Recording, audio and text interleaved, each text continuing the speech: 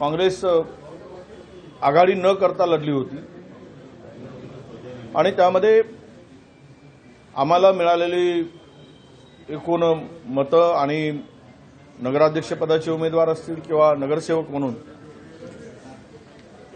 या दोनही पक्षापेक्षा अधिकचं यश आम्हाला मिळालं। हे यावरूनच आता स्पष्ट होते की काँग्रेस कार्यकर्त्यांची भावना आणि भूमिका या स्थानिक स्वराज्य संस्थांच्या मध्ये आघाडी न करता लढण्याची आहे। राहिला मुंबईमध्ये उद्धवजी आणि राजजी जर एकत्र येत असतील दोन भाऊ तर नक्की आम्हाला आनंद आहे। एक कुटुंब एकत्र येऊन जर निवडणुकीच्या माध्यमातून एकत्र येत असतील आणि एकत्र लढत असतील त्यामध्ये आम्हाला दुःख होण्याचं काही कारण नाही आणि आम्ही त्यांना शुभेच्छाही देतो आणि त्यांना या निवडणुकीमध्ये यश मिळो अशी भावना सुद्धा आम्ही व्यक्त करतो। पण एक लक्षात घ्या की काँग्रेसची पूर्वीपासूनची भावना ही मनसेबरोबर जाण्याची नव्हती तर शिवसेनेबरोबर आणि शरद पवार साहेबांबरोबर जाण्याची कालही भावना होती, आजही आहे आणि उद्याही राहील। त्यामुळे आम्ही ते दोन भाऊ एकत्र लढतायत म्हणून आमचं काय होईल ते आम्ही बघून घेऊ। भाऊ, जसं लोकसभा निवडणुकीमध्ये बटोगे तो कटोगे असा नारा आला होता तोच त्याची पुनरावृत्ती करत मराठी माणूस चुकला तर संपला असं उद्धव ठाकरे म्हणाले। याचा दुसरा अर्थ असा होता की मराठी माणसांनी आम्हाला मतं द्यावे, काँग्रेसलाही मतं देऊ नये, भाजपलाही मतं देऊ नये। नाही, मराठी माणूस तो विचार करून निर्णय घेईल। पण एक आहे की मराठी महाराष्ट्रावर मोठ्या प्रमाणात अतिक्रमण चाललं आहे, भाषेवरही चाललं आणि प्रांतावरही चाललेलं आहे, हे काही लपून राहिलेलं नाही।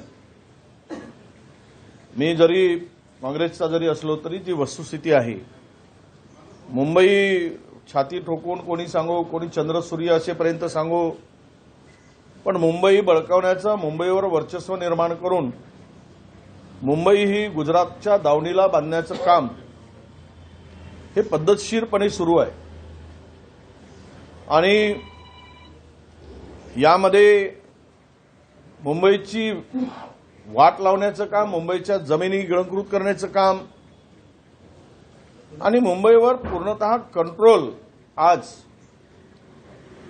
जे दिसतंय ते गुजरातचं दिसतोय आणि त्यामुळे मराठी अस्मिता, मराठी संस्कृती, मराठी माणसाच्या हक्काचं संरक्षण करायचं असेल तर मराठी माणसाच्या पाठीमागे उभं राहिलं पाहिजे, ही त्यांची भावना आहे, आमचीही भावना आहे। भाऊ, त्यावेळी मुख्यमंत्री व्हायचं होतं म्हणून उद्धव ठाकरे काँग्रेससोबत आले होते। आज त्यांना महापौर करायचा आहे म्हणून ते मनसेसोबत गेले। काँग्रेसला आता हे उशिरानं कळलेलं आहे की आपण स्वबळावर राहिलं तरच फायद्याचा, म्हणजे आता काँग्रेसला पश्चाताप येत नाही का तेव्हा उद्धव ठाकरेंसोबत जाणार? नाही, ती महाविकास आघाडी म्हणून, आपल्या इंडिया आघाडी म्हणून लोकसभेच्या निवडणुकीमध्ये जे भाजपच्या विरोधातील पक्ष होते त्याचे मोड बांधण्याचं काम त्यावेळेस झालेलं होतं। त्याला इंडिया आघाडीचे अजूनही ते सदस्य आहेत, ते सोबत आहेत। तुम्ही प्रत्येक गोष्ट लोकसभेच्या, विधानसभेच्या निवडणुकीशी, स्थानिक निवडणुकाशी जोडणं, उद्या ग्रामपंचायतमध्ये युती का झाली नाही असंही विचारणार तर याचं उत्तर आमच्याकडे असणारच नाही। त्यामुळे नगरपरिषद, नगरपंचायती किंवा ग्रामपंचायती या कार्यकर्त्यांच्या निवडणुका असतात, त्यांच्यासाठी त्या परिस्थितीमध्ये त्यांनी तो तिकडे निर्णय घ्यायचा असतो, स्थानिक पातळीवरचा निर्णय असतो। त्यामुळे त्यामध्ये आघाडी किंवा इंडिया आघाडी किंवा महाविकास आघाडीला कुठेतरी धक्का लागतोय असं काही मानण्याचं कारण नाही। उद्धव ठाकरे जे बोलले आहे ना, सगळे पक्ष बाहेर पडून महाविकास आघाडी अबाधित आहे असं उद्धव ठाकरे बोलले।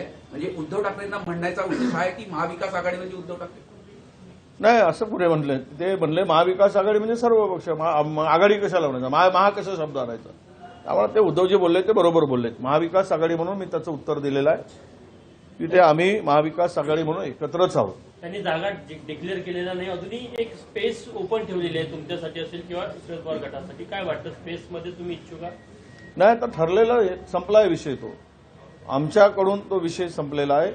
आम्ही मुंबईमध्ये काँग्रेस आणि वंचितला घेऊन लढण्याचा आमचा निर्णय झालेला आहे.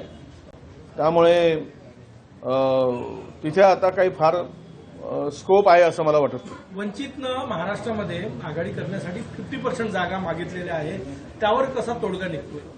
नाही, असं कुठेच महाराष्ट्रात मागितलेलं नाही. ज्या ज्या ठिकाणी जिथे जिथे ज्या परिस्थिती आहे त्या ठिकाणी त्या पद्धतीनं बोलणं सुरू आहे. कालही मी वंचितच्या काही नेत्यांशी चंद्रपुरात बोललो. त्यांनी जो प्रस्ताव दिला तो काही असं अर्धाचा काही प्रस्ताव नाही आहे. अनेक ठिकाणी त्यांनी आघाडी करायसाठी किंवा युती करायची बोलणी सुरू आहे आणि अंतिम टप्प्यात आहे.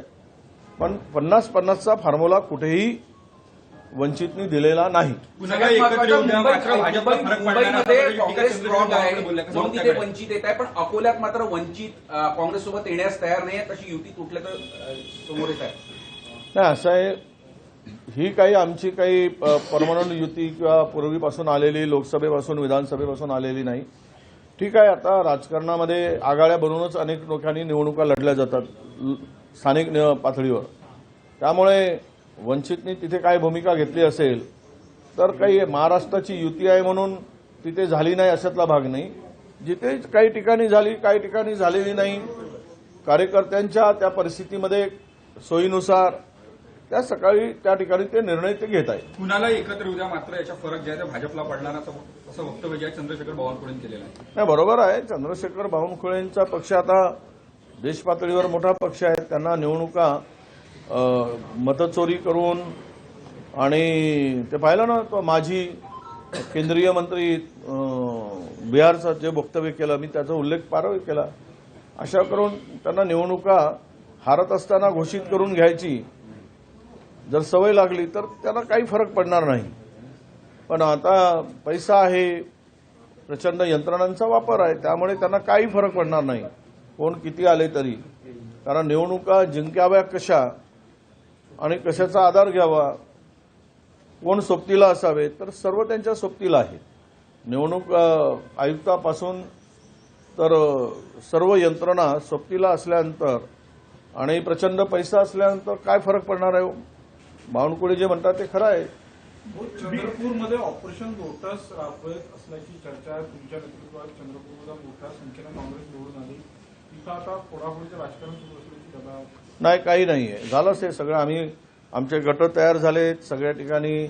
आम्हाला प्रचंड बहुमत आहे. फोडाफोडीचा काय विषय आला आणि फोडलेच तर बघू शेवट काय आहे. चंद्रपूर खासदार नवनीत राणा, माजी खासदार नवनीत राणा यांनी जे वक्तव्य केलं होतं की हिंदूंनी 4-5 अपत्यांना जन्म द्यावा, तुम्ही कसं बघता या वक्तव्याकडे? नाही, मला वाटतं की दिलं पाहिजेत आणि त्यातील 3-4 मुलं नवनीत राणांच्याकडे प्रत्येक हिंदूंनी नेऊन दिले पाहिजेत. याचं संगोपन तू कर आणि त्याचं पालनपोषण तू कर म्हणून त्यांच्या घरी नेऊन सोडले पाहिजे. मुंबई वगळता इतर ठिकाणी तरी शिवसेनेसोबत आघाडीचा काही विचार होईल का? मुंबई वगळता इतर ठिकाणी, इतर महानगरपालिकांमध्ये जर तसा प्रस्ताव आला नाही ना, चर्चा सुरू आहे. चंद्रपुरामध्ये चर्चा सुरू आहे. अनेक ठिकाणी ती चर्चा आहे ना. अकोल्यामध्ये काही ठिकाणी सुरू आहे, अमरावतीमध्ये चर्चा सुरू आहे. त्यामुळे अनेक महानगरपालिकामध्ये अशी आघाडी होईल अशी शक्यता आम्हाला आहे.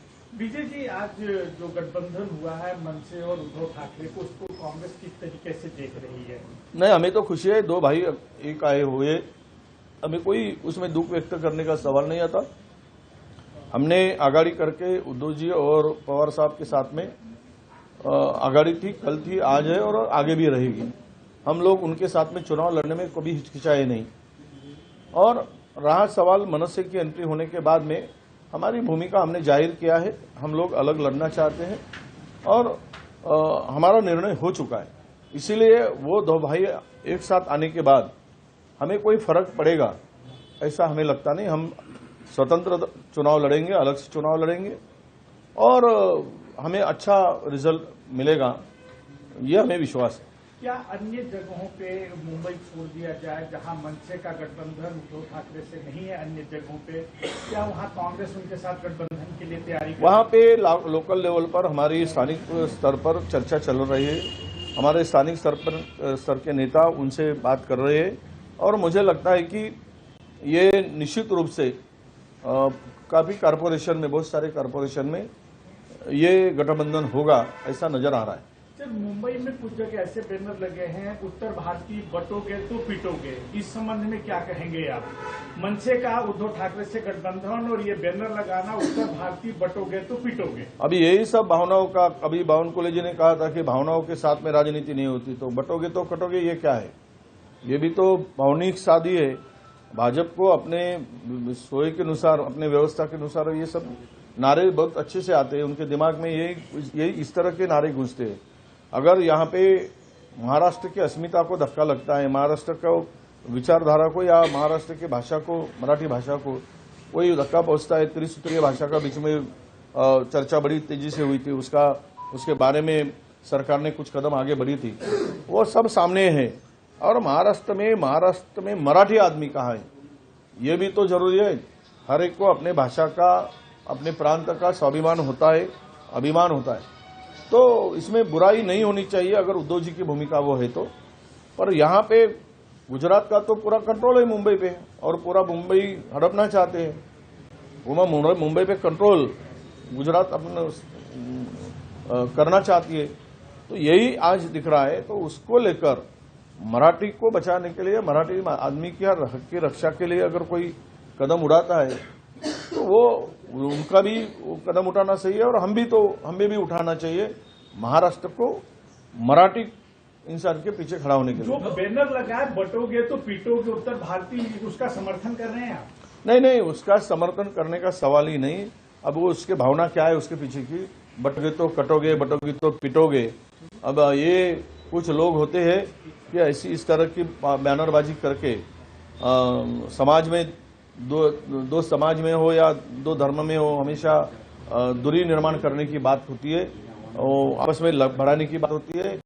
इसके पीछे की सिर्फ कुछ भावना कुछ नहीं है, राजनीति है, और राजनीति के माध्यम से ये अपना फायदा उठाने के लिए इस तरह की बयानबाजी करते हैं। एक आखिरी सवाल, नवनीत राणा जी ने एक वक्तव्य दिया, एक मौलाना का रेफरेंस देते हुए मौलाना ने कहा था कि 19 बच्चे भी कम हैं। उन्होंने कहा हिंदुओं को भी 3 से 4 बच्चे करने चाहिए। नहीं, 4 बच्चे जरूर करना चाहिए, मैं समर्थन करता हूं। उसमें से 2 बच्चे या 3 बच्चे नवनीत राणा के घर पे छोड़ के आना चाहिए, और उनको बोलना चाहिए कि तुम इनका पालन पोषण करो, और सबने और उनको उनके शब्दों को सम्मान भी देना चाहिए। आजच्या प्रेस कॉन्फरन्समध्ये उद्धव ठाकरे किंवा प्रेस कॉन्फरन्स असं म्हणण्यात आलं युतीचाच महापौर होणार, तर नेमकं मुंबईमध्ये काँग्रेसची लढाई भाजपा विरुद्ध आहे की या युतीकडून? नाही, आता युतीचा महापौर ते म्हणतात आमचा महापौर होणार, मराठी माणूस होणार। आम्ही भाजपबरोबर जाऊ शकत नाही, परिस्थिती असेल त्या परिस्थितीमध्ये आम्ही निश्चितपणे त्या परिस्थितीमध्ये आमचा महापौर करू आणि आम्ही एकत्र राहण्याचा प्रयत्न करू। शेवटचा प्रश्न, मुस्लिम मराठी मतदार जे आहे, ठाकरे बंधू मराठी मतदारांना साथ घालतायत, काँग्रेस काय आवाहन करणार? मराठी मतं ठाकरे बंधूंना द्यावे की काँग्रेसला द्यावे? काँग्रेसच्या मागे सर्वांनी उभं राहावं। काँग्रेस सर्व जाती धर्माचा पंथाचा विचार करून काम करणारा पक्ष आहे। आम्ही कधीही कोणत्या याच्यामध्ये प्रांतीयवाद, जातीयवाद, धर्मवाद, वंशवाद याला मानत नाही। आम्ही देश हा नजरेपुढे ठेवून काम करतो। देशातील प्रत्येक माणूस या देशाचा मालक आहे, या देशातील देशावर त्याचा हक्क आहे, अधिकार आहे। या भावनेतून आम्ही काम करणारे आहोत। आमचे विचार हे सेक्युलर विचार आहेत, सर्वांना घेऊन चालणारे। त्यामुळे आम्हाला आमची भावना हीच असणार, मराठी असू दे, गैर मराठी असू दे, देशाच्या अस्मितेसाठी आणि आपसातील समन्वयासाठी आमच्या पाठीमागे उभं राहावं, अशीच आमची साध असणार आहे। थँक्यू।